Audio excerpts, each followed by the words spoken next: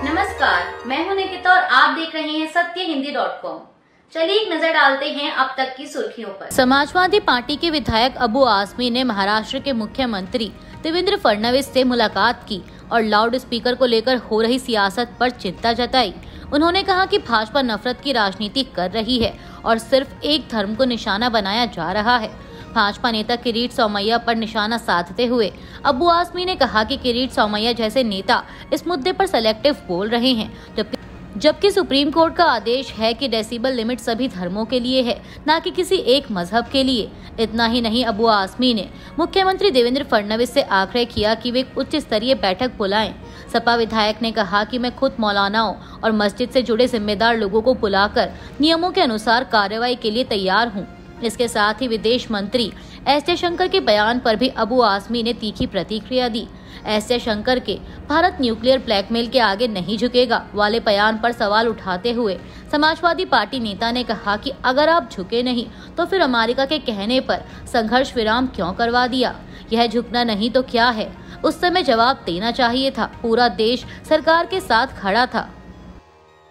महाराष्ट्र नवनिर्माण सेना के प्रमुख राज ठाकरे ने बड़ा बयान देते हुए आरोप लगाया कि महाराष्ट्र से ठाकरे और पवार ब्रांड को खत्म करने की कोशिश की जा रही है।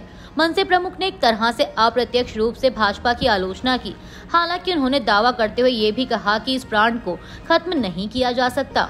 दरअसल मुंबई तक के कार्यक्रम में जब महाराष्ट्र नवनिर्माण सेना के प्रमुख राज ठाकरे से पूछा गया कि महाराष्ट्र की राजनीति पर चर्चा होती है तो दो उपनाम दिमाग में आते हैं, ठाकरे और पवार। मौजूदा वक्त में क्या इन दोनों सरनेम के ब्रांड को खत्म करने की कोशिश हो रही है?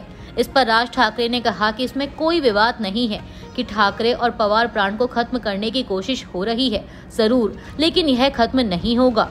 आपको बता दें कि महाराष्ट्र की राजनीति में पिछले कई दिनों से एमएनएस प्रमुख राज ठाकरे और शिवसेना यूबीटी प्रमुख उद्धव ठाकरे के साथ आने की अटकलें लगाई जा रही हैं। दोनों नेता इसे लेकर सकारात्मक बयान दे चुके हैं।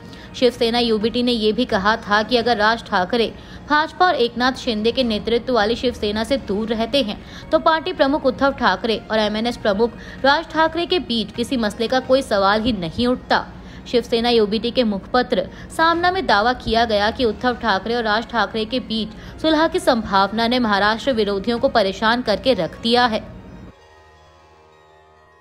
विदेश मंत्रालय ने एक संसदीय समिति को बताया है कि सिंधु जल संधि को स्थगित करने का भारत का निर्णय पाकिस्तान द्वारा समझौते के मार्गदर्शक सिद्धांतों, जिनमें मित्रता और सद्भावना शामिल है, को स्थगित करने का स्वाभाविक परिणाम है। विदेश मंत्रालय ने कहा कि इंजीनियरिंग तकनीक, जलवायु परिवर्तन और ग्लेशियरों के पिघलने सहित जमीनी हालात में बदलावों ने संधि की शर्तों पर फिर से बातचीत करना अनिवार्य बना दिया है। विदेश सचिव विक्रम मिस्री ने अपनी ब्रीफिंग में उल्लेख किया कि 1960 की संधि की प्रस्तावना में कहा गया है कि इसे सद्भावना और मित्रता की भावना से संपन्न किया गया।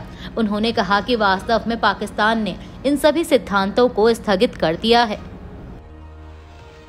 लोकसभा में नेता प्रतिपक्ष राहुल गांधी शनिवार को जम्मू कश्मीर के पुंछ पहुंचे। यहां उन्होंने छात्रों से बात करते हुए कहा कि आपने खतरा और थोड़ी भयावह स्थिति देखी है, लेकिन चिंता ना करें, सब कुछ सामान्य हो जाएगा। उन्होंने कहा कि इस समस्या का जवाब देने का आपका तरीका यह होना चाहिए कि आप वास्तव में कड़ी मेहनत से पढ़ाई करिए, आप खूब खेलें और स्कूल में बहुत सारे दोस्त बनाएं। राहुल गांधी ने पाकिस्तानी सेना द्वारा सीमा पार से की गई गोलीबारी के पीड़ित परिवारों से भी पुंछ में मुलाकात की। इसके बाद उन्होंने पत्रकारों से बात करते हुए कहा कि यह बहुत बड़ी त्रासदी है, कुछ लोग मारे गए हैं। मैंने लोगों से मुलाकात की, उनसे बातचीत की, मैंने उनकी समस्याओं को समझने की कोशिश की। उन्होंने मुझसे उनके मुद्दों को राष्ट्रीय स्तर पर उठाने के लिए कहा है और मैं ऐसा करूंगा। ट्रंप प्रशासन ने हार्वर्ड यूनिवर्सिटी में अंतर्राष्ट्रीय छात्रों को दाखिला देने का अधिकार रद्द कर दिया है। इस मामले को लेकर अमेरिका के राष्ट्रपति डोनाल्ड ट्रंप ने प्रतिक्रिया देते हुए कहा कि हार्वर्ड को अरबों डॉलर दिया गया है, यह कितना हास्यास्पद है। हम अब बहुत सी चीजों पर गौर करेंगे। उन्होंने कहा कि उनके पास 52 अरब डॉलर का अनुदान है। यह देश अरबों डॉलर का भुगतान कर रहा है और फिर छात्रों को ऋण दे रहा है। हार्वर्ड को अपने तरीके बदलने होंगे। हालांकि हार्वर्ड यूनिवर्सिटी ने बॉस्टन में दायर मुकदमे में ट्रंप प्रशासन की कार्रवाई को कानून का स्पष्ट उल्लंघन बताया। इसके बाद इस मामले की सुनवाई करते हुए अमेरिका के डिस्ट्रिक्ट जज एलिसन पॉरो ने फिलहाल ट्रंप प्रशासन के इस फैसले पर रोक लगा दी। लोकसभा में नेता प्रतिपक्ष राहुल गांधी मुसीबतों में घिरते नजर आ रहे हैं। उनके खिलाफ झारखंड की चाईबासा एमपी एमएलए कोर्ट ने गैर जमानती वारंट जारी किया है। इसके चलते राहुल को अगले महीने 26 जून को व्यक्तिगत तौर पर कोर्ट में पेश होना होगा। राहुल गांधी के वकील ने व्यक्तिगत पेशी से छूट के लिए याचिका लगाई थी, लेकिन कोर्ट ने उस याचिका को खारिज कर दिया। एमपी एमएलए कोर्ट ने राहुल गांधी के केस को लेकर सख्त रुख अपनाया है और 26 जून को खुद पेश होने को कहा है।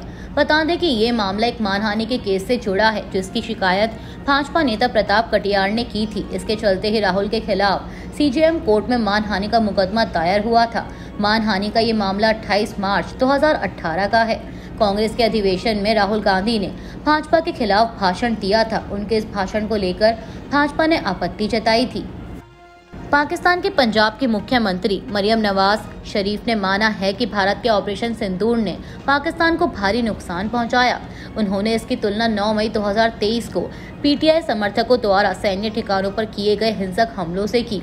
सरगोधा यूनिवर्सिटी में एक स्कॉलरशिप और लैपटॉप वितरण कार्यक्रम में बोलते हुए मरियम ने कहा कि 9 मई 2023 को जो हुआ और 6 से 7 मई 2025 को भारत ने जो किया, दोनों में अधिक अंतर नहीं है, बल्कि उस पार्टी यानी पीटीआई ने पाकिस्तान को अधिक नुकसान पहुंचाया। इस पार्टी ने देश को इतना नुकसान दिया जितना हमारे दुश्मनों ने दशकों में भी नहीं किया। मरियम ने कहा कि पीटीआई ने देश को अंदर से कमजोर किया, जबकि भारत के हमलों ने भारी नुकसान पहुंचाया। इसी के साथ उन्होंने पीटीआई को देश के लिए सबसे बड़ा खतरा बताया। यूक्रेन की ओर से कहा गया है कि राजधानी कीव में रूस के मिसाइल और ड्रोन हमले में कम से कम 14 लोग घायल हुए हैं। यूक्रेनी वायुसेना ने बताया कि रूस ने 250 ड्रोन और 14 बैलिस्टिक मिसाइलें दागी हैं। रूस के इस हमले के कारण कई रिहायशी इमारतों में आग लग गई है। वायुसेना ने कहा है कि उसने 6 मिसाइलें और 245 ड्रोन मार गिराए। हमले के बारे में यूक्रेन के राष्ट्रपति व्लादिमीर जेलेंस्की ने सोशल मीडिया प्लेटफॉर्म एक्स पर लिखा कि हर ऐसे हमले के साथ दुनिया को और अधिक यकीन होता जा रहा है कि युद्ध को लंबा खींचने की वजह मॉस्को यानी रूस है। बीसीसीआई ने इंग्लैंड दौरे के लिए शुभमन गिल को टेस्ट टीम का नया कप्तान बनाया है। वहीं उप कप्तान की जिम्मेदारी ऋषभ पंत को दी गई है। भारतीय क्रिकेट टीम अगले महीने इंग्लैंड दौरे पर जा रही है। यहां वह 5 मैचों की टेस्ट सीरीज खेलेगी। टीम के चयन के लिए मुंबई में स्थित भारतीय क्रिकेट नियंत्रण बोर्ड के मुख्यालय में बैठक हुई।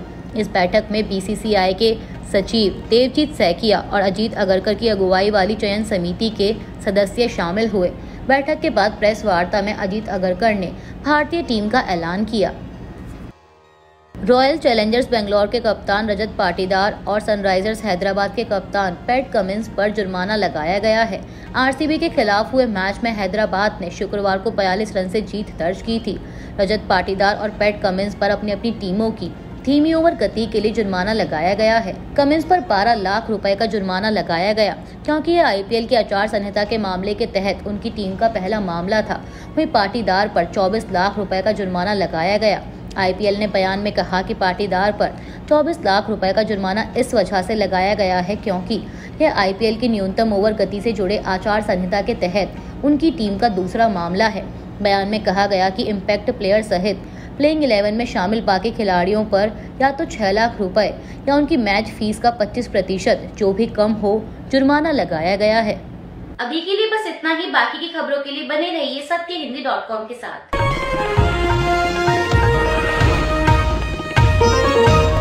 Copyright disclaimer under Section 107 of the Copyright Act 1976. Allowance is made for fair use for purposes such as criticism, comment, news reporting, scholarship, and research. Fair use is a use permitted by copyright statute that might otherwise be infringing.